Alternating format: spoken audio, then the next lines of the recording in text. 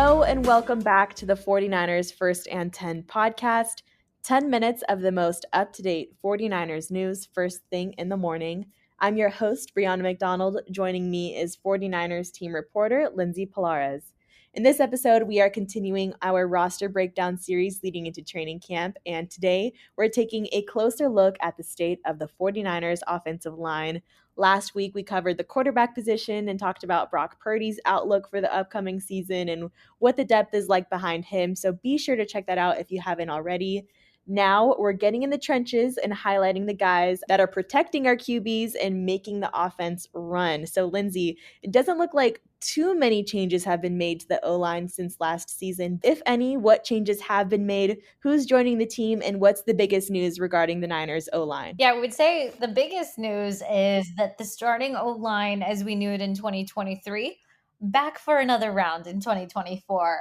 So let's do a refresher because I feel like we don't talk about the O-line enough. So let's give them their moment in the sun. It's well deserved. So we've got Trent Williams at left tackle, Aaron Banks at left guard, Jake Brendel at center, John Feliciano at right guard, and Colton McKivitz, your starting right tackle. So if everything were to stay the same, that's what likely the starting O-line would look like. I think just significant updates we've seen from the offseason workout programs, actually, that Jake Brendel is dealing with some tendonitis. So that did limit him during the 49ers offseason workout program, but he is expected to be good to go for training camp. So we will have updates on that when July finally rolls around. Or late July, I should say, we get closer to report day. I think significant additions in the offseason include Chris Hubbard and also Brandon Parker, who do offer the 49ers some depth at the tackle position. Brandon Parker is coming from the Raiders, has logged a lot of reps at the right tackle position specifically. And then you've got Chris Hubbard, who can be a plug and play swing tackle. We saw multiple times over the course of the 2023 season, depth at O-line, especially that tackle position, are never a bad thing. And then we also have got to talk about our draft picks. There were 2 offensive line drafted during the 2024 NFL draft, and that is Dominic Pooney out of Kansas in the 3rd round and Jarrett Kingston out of USC. He went in the 6th round. Both are projected to be guards at the NFL level. They were here during the offseason workout program as soon as they were allowed to be. So we'll get more updates from them as soon as training camp gets rolling. Yeah, it's so funny when you think back to last month when it was draft season, a lot of the focus from analysts and fans were on the 49ers picking up an offensive lineman. And a lot of people predicted that it might have happened in the 1st round. The Niners ended up selecting Florida wide receiver Ricky Pearsall, but they did pick up 2 offensive linemen in the draft in round 3 and then in round 6 with Dominic Pooney and then Jarrett Kingston. So how are those rookies able to contribute to the group, and what's their future looking like here at the Niners? You know, I think there's a lot of excitement specifically for Dominic Pooney because he is supposed to be able to develop into an NFL guard. Starting potential is there. Obviously, very, very early. We haven't even gotten to training camp. I think at this point, the rookies are very much just trying to soak up the 49ers offense and defense if they're on that side of the ball. But, you know, I think getting into training camp, we'll see how quickly they've picked up everything they've learned over the summer. And I'm sure a lot's going to be thrown at them during that training camp portion of the preseason. But yeah, more to come on the draft picks, but there is excitement to have depth on the O-line. I know that is what a lot of the fan base was asking for. So it actually came to fruition. So that's exciting. Yeah, and at the top of the podcast, you shared the potential starting lineup, but are there any positional battles maybe at depth that we should be looking out for in this year's camp? You know, I really do think that a lot of the additions were meant to fortify the starting lineup that you've got.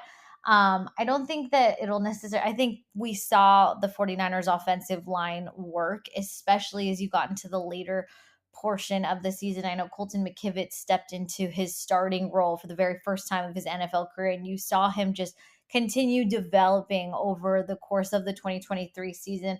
I think that the starting lineup stays the same, but again, I do think that the additions of Hubbard and Parker are going to be key because We saw, I always talk about this, but you think back to week 16, the Christmas Day game against the Ravens. We saw Trent Williams go down. We saw Jalen Moore go down. And it was not good. And you really, really do want depth at that tackle position. I think Hubbard's especially good because he can play on both sides of the line. So I think good things are happening there in terms of depth. And then you've got a couple young guys that are eager and hungry and are in the building and learning. And we think that they can add some, a lot of value at the guard position. So we'll see how it all plays out. And depending on the needs of the team, and how injuries work out, and hopefully there aren't any, but you got to plan for everything. Yeah, and that starting line is pretty similar to last season and even the year before. So, could you speak on the importance of continuity of the O line and how over time that chemistry builds between the players? And it's a real key to success for this team. Yeah, I think the one thing that's unique about offensive line is that you're moving as a group to protect your quarterback and to, create holes for your running back and really make the offense work, right? So as many years as you can get together, that's great. That is that chemistry you need to be able to move as a unit.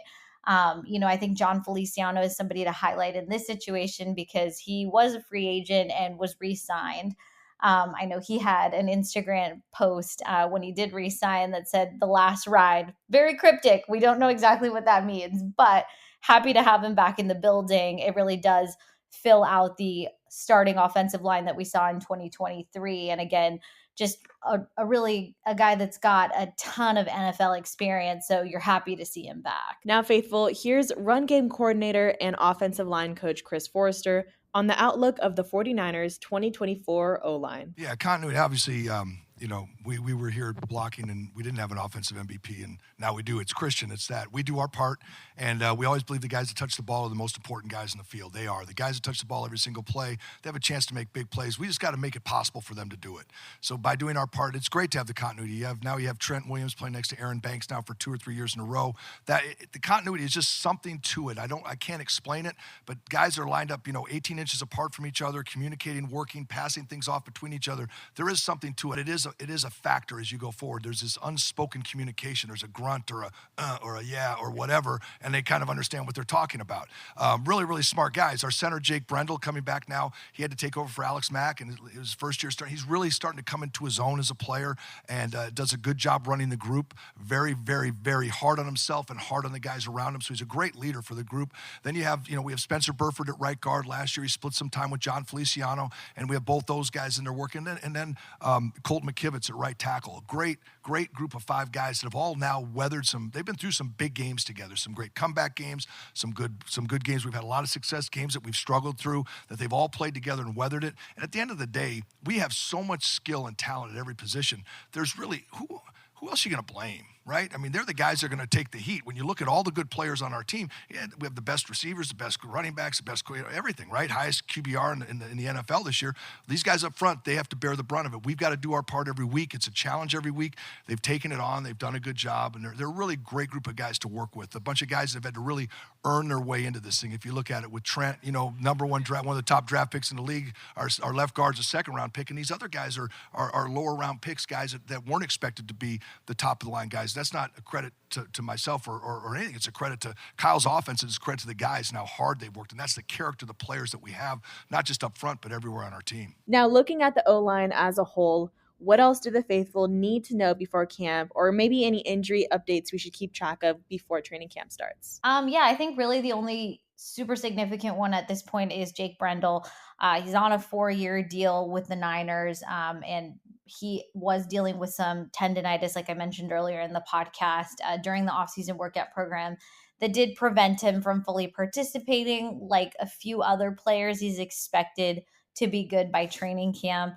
But with injuries, you always got to check in frequently because you never know what sort of setbacks or bumps in the road happen. But he does have time. Right now, we're on the quote unquote summer break until the 49ers report back in late July. So hoping he has a speedy recovery and no setbacks. But we will check back in not too long from now. It's creeping up on us, training camp. So it's coming up. Seriously. All right, faithful. That will do it for today. Look out for more 49ers roster breakdown episodes leading up to training camp on First and 10.